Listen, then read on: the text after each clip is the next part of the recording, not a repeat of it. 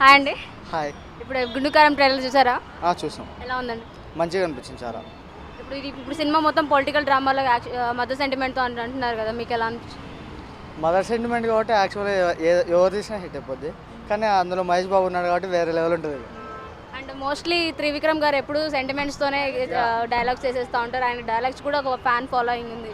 ఇప్పుడు ఈ సినిమాకి మొత్తం థియేటర్స్ ఇచ్చేసారని చెప్పేసి కొంతమంది ఆరోపణలు వస్తూ ఉన్నాయి, మాకు ఇవ్వలేదని చెప్పి. మీరేమంటారు? ఇచ్చినా ఆశ్చర్యపోక్కర్లేదు, ఎందుకంటే అక్కడ త్రివిక్రమ్ అండ్ మహేష్ బాబు కాబట్టి కాంబినేషన్ వేరే లెవెల్ ఉంటుంది. అంటే ఇప్పుడు ఈగల్ మూవీ కూడా ఈ గుంటూరు కారం మూవీ ఈ మూవీస్తో పాటు వేరే మూవీస్కి కూడా పోస్ట్పోన్ అయింది. దాని గురించి మీరేమంటారు? కానీ పోస్ట్పోన్ కాకుండా దీని గురించి ఎందుకు నేను ఏమనుకుంటున్నానంటే, వాళ్ళు సినిమా రియాలిటీలో తీస్తారు, రియల్ లైఫ్లో. సో మనకి రియల్ లైఫ్ ఇన్సిడెంట్స్ కాబట్టి పబ్లిక్ చాలా నచ్చుతుంది. అది ఫిక్షన్ ఉండొచ్చు. సో వీళ్ళు రియల్గా తీస్తారు కాబట్టి ప్రజలకు ఎక్కువ లైక్ చేస్తారు. అండ్ మహేష్ బాబు మాస్ లుక్లో వేరే లెవెల్, అంతే. అది మహేష్ బాబు సాలార్ చూసారు, ఇప్పుడు ఇన్స్టాగ్రామ్ కూడా చూస్తున్నాం. సాలార్కి అంత క్రేజ్ లేకుండే, కానీ గుంటూరు కారంకి చాలా మంది లిటరల్లీ పిచ్చోళ్ళు అయిపోతారు. ఎందుకంటే పబ్లిక్ ఒక నార్మల్ కామన్ వే, పబ్లిక్ ఎట్లా ఉంటారు, నార్మల్ జనాలు ఎలా ఉంటారు అలా తీశారు కాబట్టి ఇట్స్ హిట్ అంతే. ఎలా అండి? హాయ్ అండి. అన్న, ఇప్పుడు దేవర గ్లిమ్స్ చూసారా మీరు? చూసినా అండి, ఎలా ఉంది? చాలా బాగుంది. ఆర్ఆర్ఆర్ తర్వాత ఈయనకి సినిమా ఫ్లాప్స్ అయిపోతాయని, అంటే రాజమౌళి గారి డైరెక్షన్లో ఏ సినిమా హీరో అయినా కానీ ఫ్లాప్ అయ్యే ఛాన్సెస్ ఉన్నాయని చాలామంది అంటున్నారు. ఇప్పుడు దేవర గ్లిమ్స్ చూసిన తర్వాత ఒక రేంజ్లో ఉంది, మామూలుగా లేదు. మీకు ఎలా ఉంది? చాలా డిఫరెన్స్ ఉందండి. యాక్టింగ్ పర్పస్ అయితే చాలా డిఫరెన్స్ ఉంది త్రిబుల్ ప్లస్ దేవరకి. అంటే అలా అని కాదు, కొరటాల శివ గారి డైరెక్షన్ అంటే కొద్దిగా ఇంట్రెస్ట్ పెట్టచ్చు బాగా. ఆచార్య తర్వాత ఫ్లాప్ పడ్డది, దేవరతోటి మంచి కమ్బ్యాక్ వస్తుంది, దానికి పార్ట్ 2 కూడా ఉంటుందని ఫ్యాన్స్ అందరు వెయిట్ చేస్తున్నారు. పక్కా హిట్ అవుతుంది. సో మీకు ఎన్టీఆర్ హిట్ అవుతుంది కూడా, బ్లాక్ బస్టర్ అవుతుంది కూడా. అండ్ ఫస్ట్ టైం ఎన్టీఆర్ గారు ఒక సముద్రం పైన కాన్సెప్ట్తో చేస్తున్నారు, మీకు ఎలా అనిపిస్తుంది?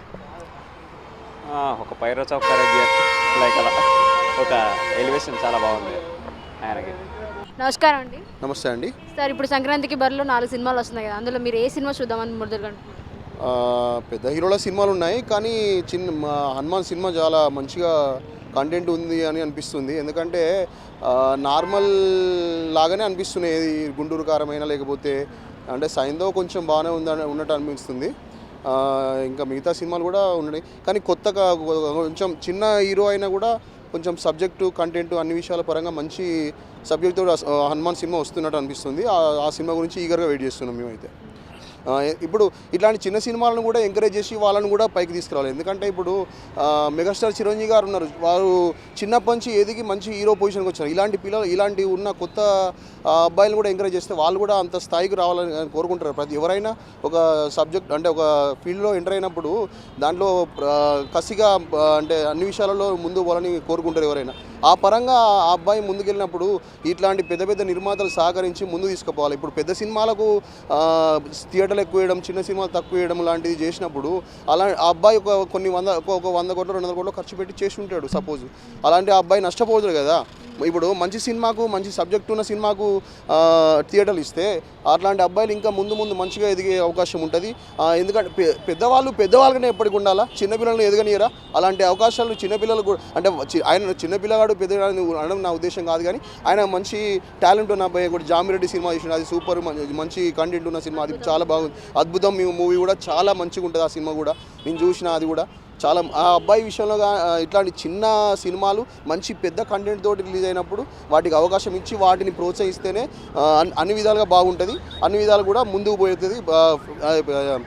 సినీ ఫీల్డ్ కూడా అన్ని విధాలుగా ముందుకు పోతుంది అని చెప్పి నేను అనుకుంటున్నాను. హాయ్ అండి. హాయ్ అండి. మీ పేరు? అస్లాం అండి.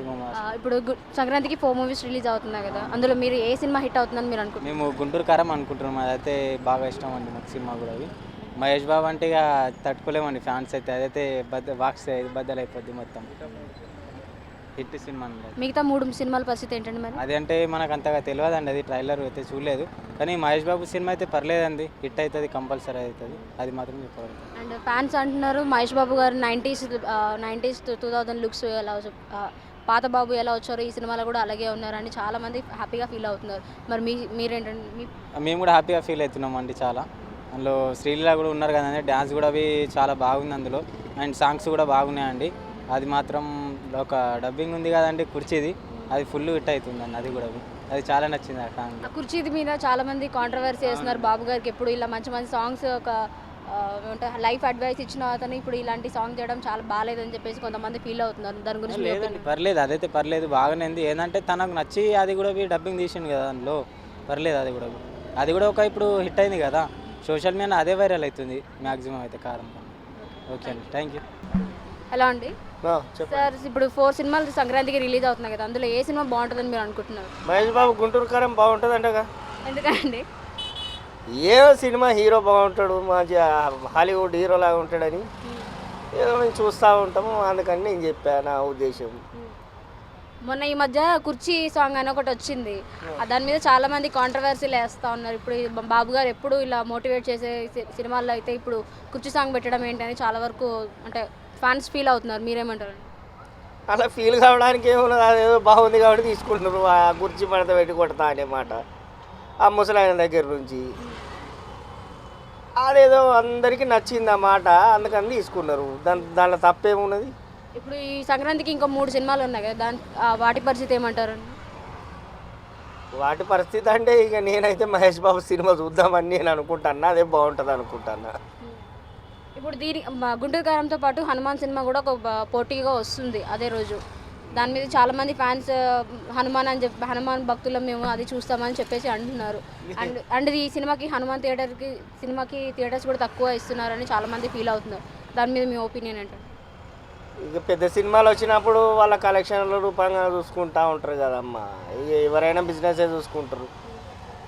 దానివల్ల ఏమైనా థియేటర్లు గిట్ట షార్ట్ అయినాయి కావచ్చు. ఎందుకంటే 4 సినిమాలు ఒకటే రోజు ఒక 2-3 రోజులలో రిలీజ్ అయ్యాయంటే థియేటర్లు నువ్వు చిన్న సినిమా పెద్ద సినిమా అనేం కాదు, అక్కడ ఉన్నదాన్ని బట్టి ఆ డిస్ట్రిబ్యూటర్లు ఫస్టే బుక్ చేసుకోవడం దాన్ని బట్టి ఆ థియేటర్లు దొరికి ఉంటాయి. దాంట్లో ఇది తక్కువ అది తక్కువ అనేది ఏమున్నది.